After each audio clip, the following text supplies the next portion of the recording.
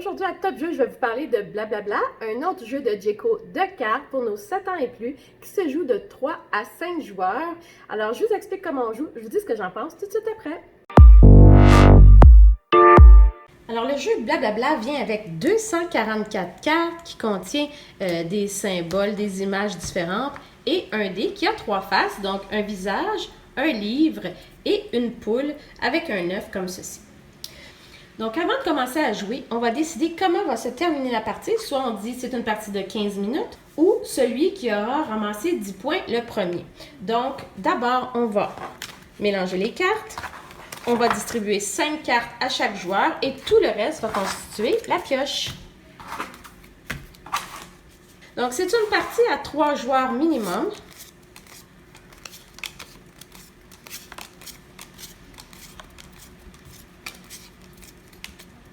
Ce qu'on dit, c'est que c'est le plus vieux qui commence et c'est lui qui sera le juge. Donc, notre pile est mise de côté. Chacun des joueurs regarde ses cartes. Alors, je vais regarder mes cartes. J'ai un joueur de tennis. J'ai un monsieur en gondole, un éléphant, un géant et un monsieur qui fait de la pêche. Donc, disons que c'est moi qui commence. Je vais lancer le dé. Alors, lorsque c'est la poule et l'œuf, dans le fond, un joueur va retourner une des cartes de la pioche et tous les joueurs doivent regarder les cartes qu'ils ont entre les mains et ils doivent faire une association. Donc, ce qu'ils vont faire, ils vont choisir une carte parmi leurs cartes.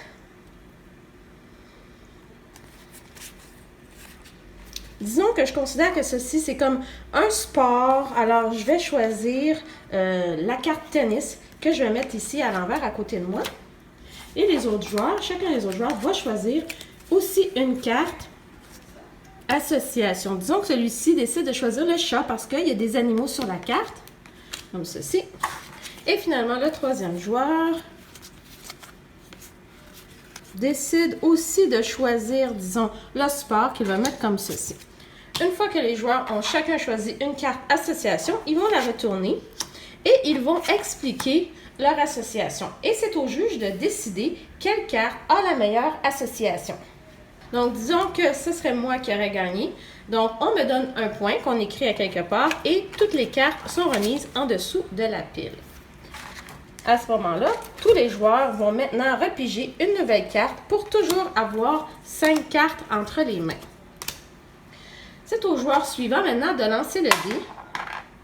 Il lance un livre. Alors, ce qu'on va faire, le premier joueur va d'abord retourner une carte et ce que chacun des joueurs doit faire, c'est en regardant ces cartes, il doit créer une histoire et ça, la meilleure histoire avec 2 cartes qu'il a entre les mains.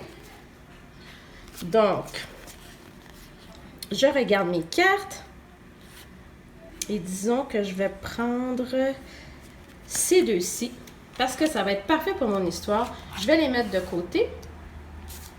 Le deuxième joueur va faire la même chose, va essayer de créer une histoire avec l'image qui est indiquée au centre. Alors, lui a des cartes différentes, comme vous pouvez voir.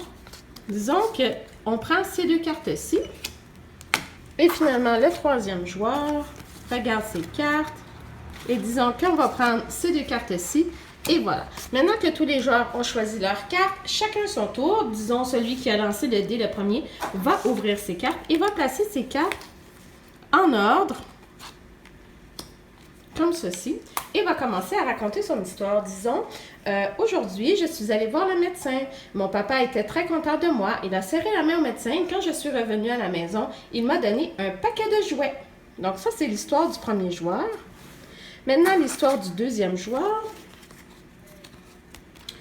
Disons ceci, comme ceci. Il peut aussi les placer dans un ordre différent, là. Disons comme ceci. Alors, nous avons eu une grosse compétition de plongée sous-marine et notre équipe a été le vainqueur. Tout le monde nous a félicités en nous serrant la main. Alors, ça, c'est l'histoire du deuxième joueur. Et finalement, mon histoire, disons, toujours en gardant celle-ci. Disons que je fais comme ceci. Alors, aujourd'hui, j'ai rencontré un garçon. On s'est serré la main d'abord et on a parlé. Il m'a invité sur une gondole. On a passé la journée ensemble et à la fin de journée, je lui ai donné un gros bisou sur la joue. Alors maintenant que les 3 joueurs ont créé leur histoire, ce sera au juge de décider qui a la meilleure histoire et qui aura le point à ce moment-là. Et dès que le joueur a le point, on reprend toutes les cartes et on les met en dessous de la pile. Et tous les joueurs reprennent maintenant 2 cartes pour toujours avoir 5 cartes dans leurs mains. Alors le dernier, c'est le joueur qui aura lancé un visage. Tous les joueurs à ce moment-là vont aller dans les cartes qu'ils ont entre les mains et devront maintenant essayer de trouver une carte qui les représente très bien. Donc, disons que je prends celle-ci parce que je suis souvent à l'ordinateur. Je vais la mettre comme ça, face cachée.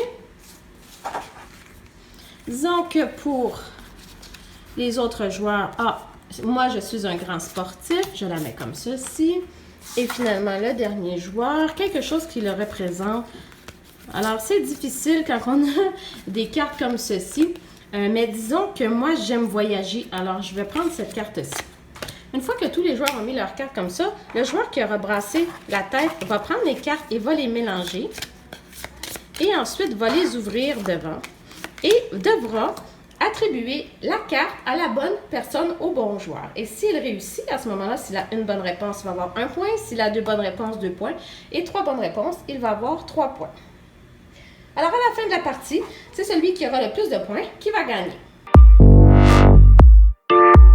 Alors, ce que je pense de blablabla, d'abord, il faut juste dire qu'il y a 244 cartes dans ce jeu-là. Je ne sais pas si c'est nécessaire d'avoir toutes ces cartes-là. Mais oui, ce sont toutes des cartes qui ont plusieurs motifs différents, plusieurs images différentes, là. Donc, c'est le fun pour ça, qu'il y a beaucoup de choix. Ce que j'ai moins aimé, par contre, de blablabla, c'est qu'il faut jouer à 3 joueurs et que dans ces 3 joueurs-là, il faut un juge.